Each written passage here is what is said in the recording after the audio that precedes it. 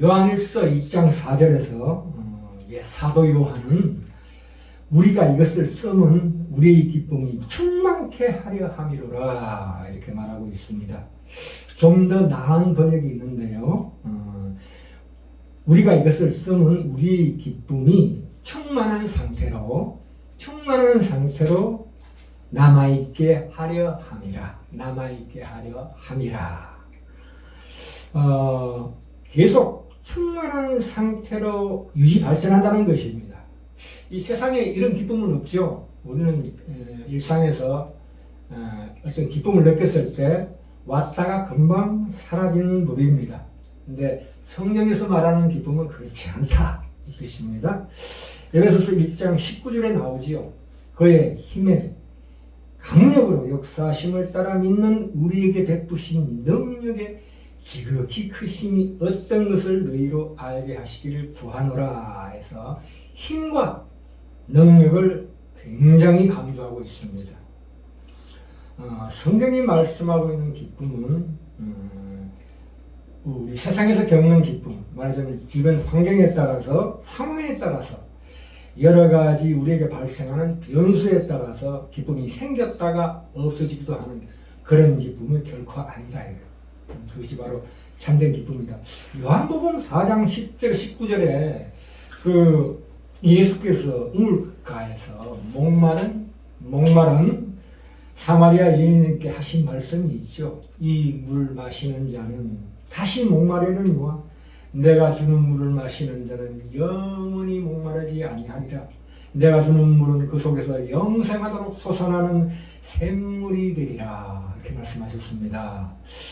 우리는 세상의 것을 가지면 가질수록 목마릅니다. 안에 소금이 들었는지 가지면 가질수록 목말라요. 다 겪어보셨죠? 또 이기면 이길수록 그게 허망해집니다.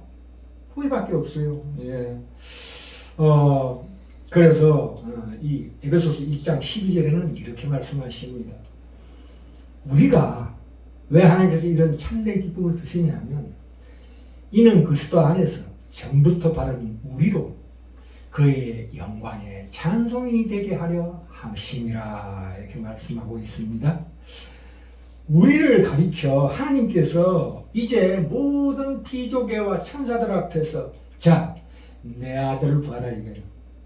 자식 사랑하는 아버지의 모습을 얘기하고 있습니다. 하나님께서 우리를 깊이 알아주신다는 거죠. 반대되는 말이 어디에 있습니까? 마태복음 7장 23절에 내가 너희를 도무지 알지 못하니 내게서 떠나가라 하는 거하고 반대되는 진정으로 우리에게 은혜되는 말씀이죠. 그게 베드로전서 1장 12절에 나오지요. 천사들조차 이 놀라운 구원의 복음을 살펴보길 원한다 이렇게 말씀하고 있습니다. 이게 말이 됩니까? 사실 사단이 비록 아담과 하와를 꼬시긴 했지만 유혹은 했지만 사실 하나님을 반역한 것은 인간입니다. 피조물로서 창조주 하나님을 반역한 건 결국 인간입니다. 그래서 인간이 타락함으로 말하자면 짐승보다 못하게 되었다는 것입니다. 짐승은 최소한도 배가 고파서 상대를 죽입니다. 그리고 서로 힘겨루기 하다가 동등 상대방이 골을 내리면 그냥 고이 보내줍니다. 근데 인간은 악착같이 끝까지 가서 씨를 말리는 그런 잘못된 깊은 타락의 본성을 가지고 있습니다. 더 나아가서 자기 자신마저 죽일 수 있는 그런 악랄한, 말하자면 짐승보다 더 못한, 미물보다 더 못한, 지렁이보다 더 못한 존재로 타락했다는 거예요. 그것을 하나님께서 들어올리셔서 자기 자녀로 삼아줬다는 게 얼마나 큰 영광이고 기쁨입니까? 그보다 더 큰 기쁨이 이 세상에 없습니다. 그래서 사탄이 계속 끊임없이 우리를 참수합니다. 네 꼬라지를 봐라. 네가 무슨 구원받은 존재냐. 이렇게 참수하고 있습니다.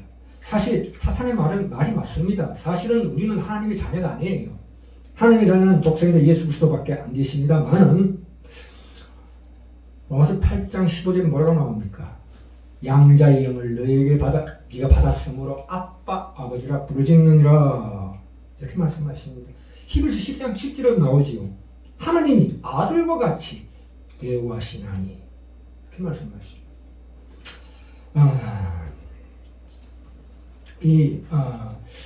우리가 세상을 두려워하지 않고 참된 기쁨을 누릴 수 있으면 어떻게 됩니까? 모든 두려움이 사라진다.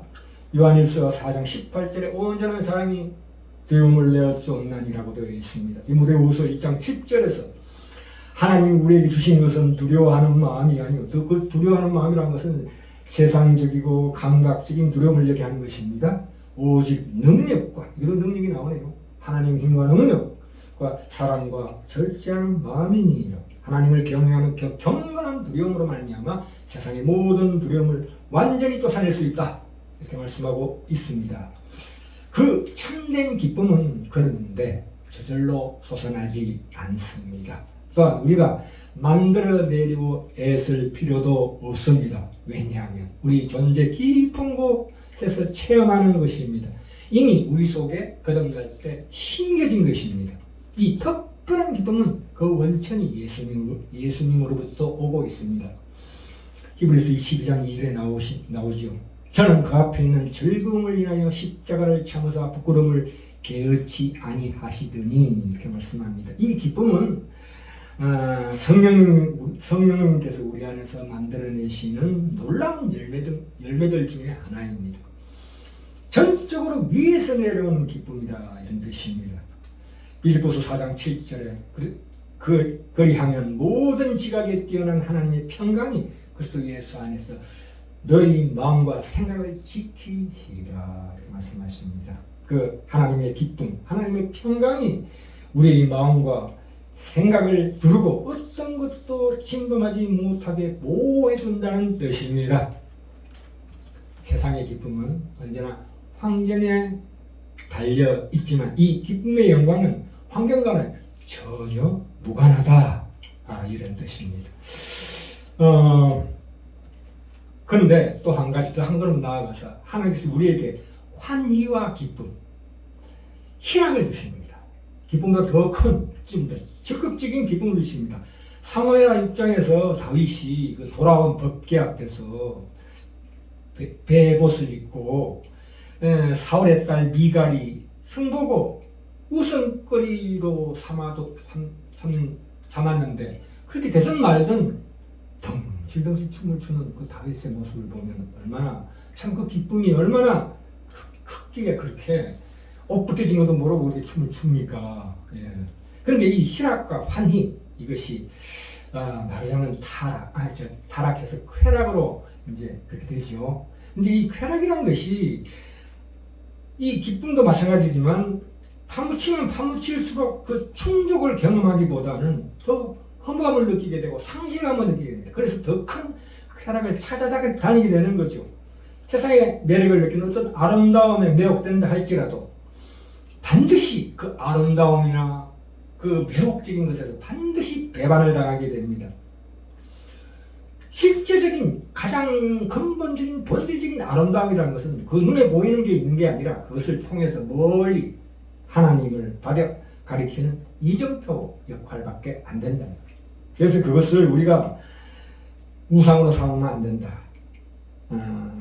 자연의 아름다움이나 우리가 과거에 겪었던 그 아름다운 향수나 낭만, 그런 것들을 회상하면서 그때로 돌아갔으면 좋겠다.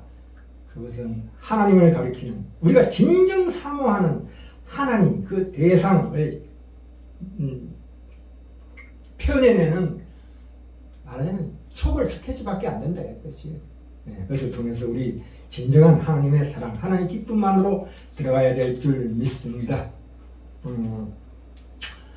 우리가 이런 것들 깨달은 사람들은 우리가 이 기쁨의 의미를, 기쁨 그 자체, 세상에서 느끼는 그 기쁨 그 자체에서 찾는 것이 아니라 영원하고 완전한 기쁨으로 우리의 시야를, 새로운 관점을 가지고 거기에 집중하는, 그것이 바로 우리에게 주어진 진정한 하나님의 은혜라고 생각합니다. 우리가 이것을 쓰면 우리의 기쁨이 충만하게 하려 하는, 이 충만한 헬라어 용어는 우리가 간직한 이 기쁨이 넘칠 정도로 가득하게 될 것이라는 것입니다. 전혀 제한 없이 기쁨을 채워주실 것이다. 천국에는 영원히, 계속 영원히 이어지는 충만함이라는 거죠. 감히 상상을 할 수가 없습니다. 인간의 이해로는 도대체 가능하지가 않습니다만 하나님 말씀 중에 바로 이 기쁨의 중요한 요소 중에 그 능력과 힘을 하나님께서 우리에게 부어주신다 이렇게 말씀하십니다. 우리는 기쁨을 누릴 때 항상 하나님의 힘과 능력을 느낄 수 있습니다. 기쁨은 이 세상에서 가장 강력한 힘 중에 하나입니다. 만약 진정으로 이 기쁨을 소유하고 있다면 참으로 강력한 힘에 둘러싸여 있는 것과 동일한 효과가 있습니다. 기쁨이 바로 우리의 절대적인 힘이요 절대적인 능력이다. 이 기쁨이란 주 예수 그리스도를 아는 지식에 대한 우리의 영혼의 반응이라는 것입니다. 우리 안에 참으로 내주하신 그리스도가 계시기 때문입니다. 우리 안에는 영광스럽게 하시는 분이자 우리를 영광스럽게 하시는 분이자 영광을 받으시는 분, 영광 자체이신 분이 참으로 숨어 계십니다. 항상 거기에 집중하셔서 진정한 세상에 주지 못하는 기쁨을 우리 영혼에서 뽑아낼 줄 아는 우리 거룩한 한 자녀들 다 되시길 축원합니다.